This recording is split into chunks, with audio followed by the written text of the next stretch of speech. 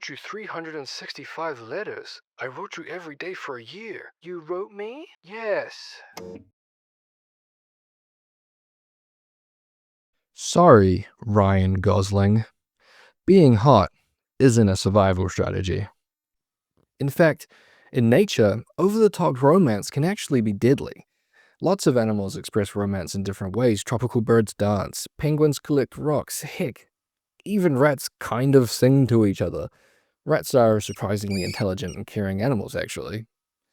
Animals like peacocks, though, have a tail so in the way that they should have been wiped out by something ages ago, and yet they've avoided a phenomenon that can end entire species. Let's explore the hallmark collection of displays of destructive vanity, and I hope you brought your notebook.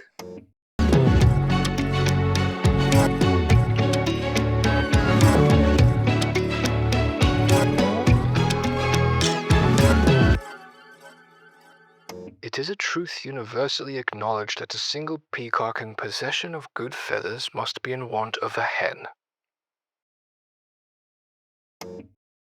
Okay, so peacocks. Well, actually, peafowl. That's the actual name of the animal. The boys are peacocks and the girls are peahens, just like beautiful chickens. In saying that, we are actually talking about peacocks specifically because they've got tails that are frankly too big.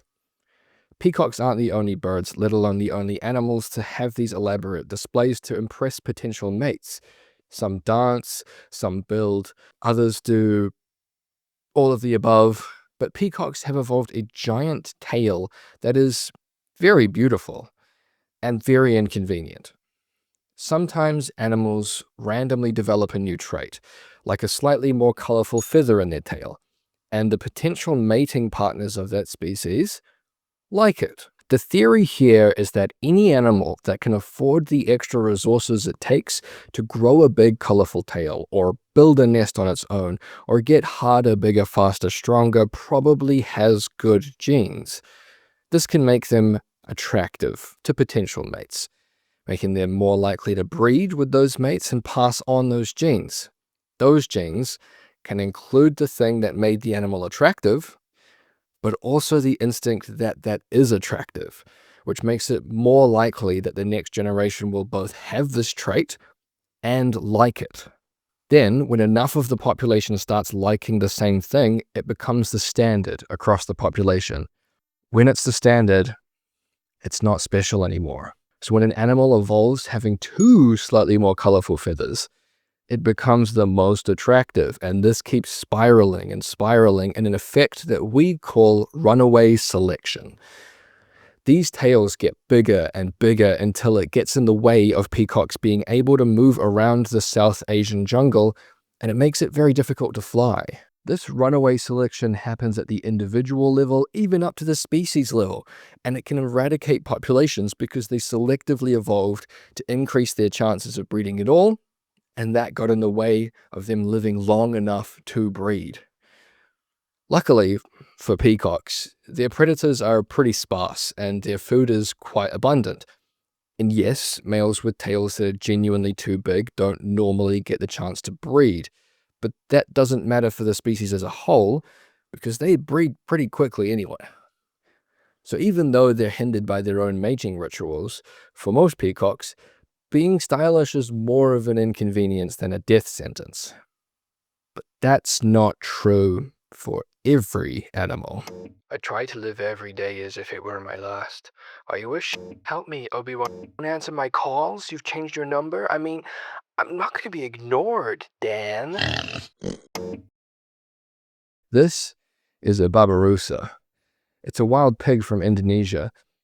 See anything here that stands out to you? Yeah, those are some pretty morbid looking tusks. Unless you're a female Babirusa. Fun fact, tusks are any teeth that grow continuously throughout an animal's entire life. Normally, teeth and tusks grow out and away from the jaw that they sprout from, like elephant tusks grow down from the upper jaw. These tusks on the upper jaw of the Babirusa, however, grow upwards and backwards in a spiral shape, continuously. throughout their entire lives. Do you see where I'm going with this? Eventually, these tusks grow back into their own skulls, thus ending their entire lives. Male Babirusa have evolved a ticking time bomb on their face. Why do they have these huge tusks? Well, males fight each other for mating rights. Despite the size of the tusks, though, they're actually not that strong, and most of the damage is done with their front hooves, to the point that Babirusa fights are referred to as boxing. They will lunge and bite each other, though, using these huge lower tusks that they have to try and cause damage. When the top tusks grow out curved like this, they can become a bit of a shield to protect the top of their head, which is maybe why they started growing like this in the first place. Could have become an advantage in mating rutts to have a defensive adaptation. They've even been seen on occasion interlocking these top horns when headbutting each other, forcing one or the other to break these tusks. Here's the thing.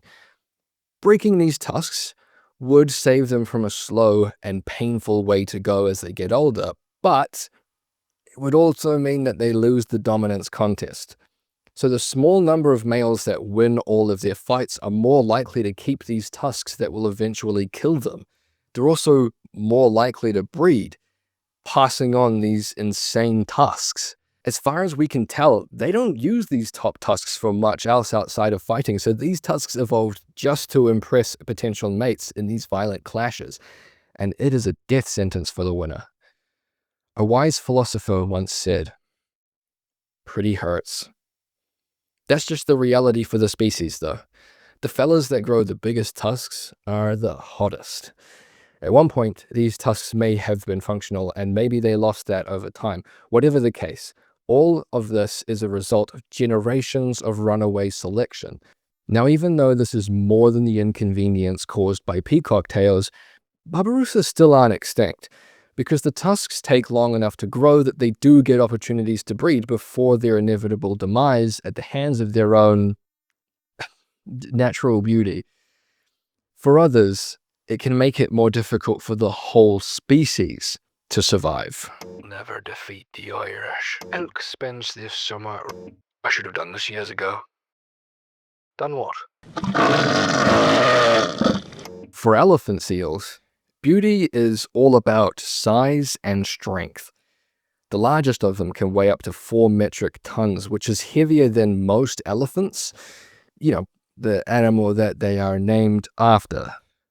With all of this weight to throw around, these seals throw it at each other. Viciously. During mating season, males fight. They will bite their opponents and slam their chests together with the weight of multiple tons, causing blunt force trauma. Over time, the most experienced males will develop larger chest shields, which are layers of blubber, similar-ish to calluses, that they use to defend themselves for upcoming mating seasons from the weight. These violent and over-the-top forms of courtship can be dangerous, but they aren't normally fatal. Nearly every seal will come out of them hurt, but still alive, so the issue isn't so much at the individual level. Only the biggest and the baddest get to mate, and it is very picky, which means that often one male will exclusively mate with up to 50 females for a season. With only the genes of one male spreading across that many potential mates, the genetic diversity can be a little rocky. This means that a large percentage of the species as a whole gets their genes from the same few animals. Inbreeding is a problem of its own for the physical health of an animal, but it also makes them less adaptable to the future. Diversity is what creates sustainable populations. Otherwise, your group or your entire species can be wiped out by one disease because nobody just happened to have a slight immunity to it. Your entire species can be wiped out by environmental changes because nobody has slightly different shaped body features that are kind of suited to the new environment. This diversity is absolutely the key to any group being able to survive external changes around them. The northern elephant seal, in particular, nearly did go extinct. Not because of this effect, but because they were overhunted by humans and environmental change. While it is now recovering thanks to conservation efforts, their numbers dropped to an estimated population of less than 50, which hypothetically could mean that one male contributed to the genes of every living northern elephant seal alive today. With a species like this, when they try to come back from the brink, it's going to have a hard time surviving environmental pressures in the future because their breeding behavior creates lower genetic diversity on its own, and being so low in population makes it infinitely worse. It's not the fighting or the mating that led to this animal's rapid decline, but at the population level, mating rituals like this can put the animals more at risk when something like humans moving into their environment does occur. But it's not the most extreme example of this.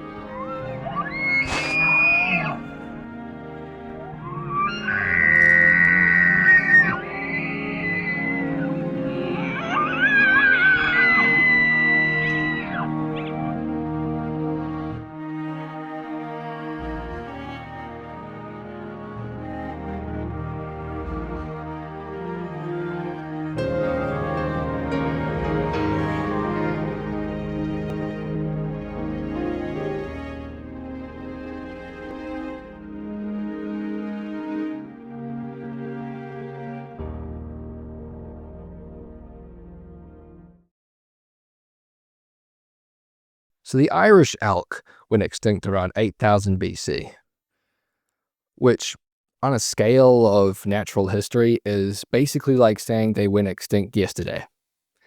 When an animal evolves to have outrageously large antlers for the purpose of courtship, they become slow and defenseless. These kinds of animals are among the first to go when there is a sudden shock or change in their environment, and in this case, the world's grasslands where the Irish elk lived were becoming forests, and a new species of predator had established themselves in the same regions. Humans. The Irish elk had antlers 3.5 meters wide that weighed 40 kilos or more. They became very easy prey very quickly. Combined with a change of accessible vegetation at the end of the Pleistocene Ice Age, and they just couldn't survive long enough to keep the species going. The real risk to species that overinvest in their courtship or mating rituals is not the rituals themselves. They often make their species prone to being ended by calamities that they may have otherwise survived. But this doesn't apply to all animals. There are, without a doubt, animals that need romance.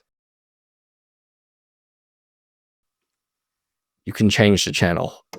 So this is the world and there are more than 2 million species on it. Survival. It is based on many different strategies in the animal kingdom.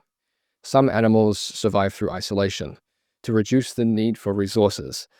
Others rely on safety in numbers, so if one goes down, there are plenty more to take their place.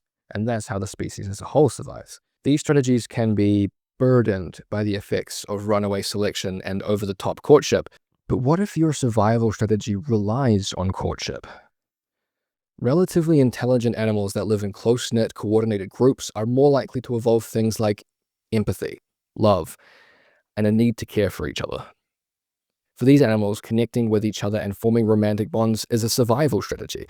It brings them closer together, and it gives them a reason to work towards a safe and hopeful future for their entire group.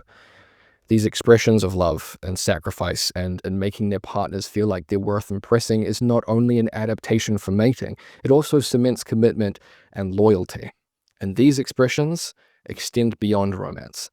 They include expressing love for family members and for friends. A survival strategy that is based on cooperation and mutual care. I think we all know what animals I'm talking about here. Rats. Rats are surprisingly intelligent and caring animals, actually. While less intelligent animals around the world might view romance and wanting to put in an effort for their partner's happiness as not worth it, for some species, this is actually the key to ongoing survival, so sorry, Ryan Gosling, for saying that being hot isn't a survival strategy. I'm Ben the Quasi-Ecologist, this is the natural world explored, and until next time, stay curious, friends. I made a deck of cards. It is our very first piece of merch, and it's covered in the artwork that I've done for this channel. There's so many animals in here and all of the face cards, so enjoy. The link is in the description to our website. I really hope you like them.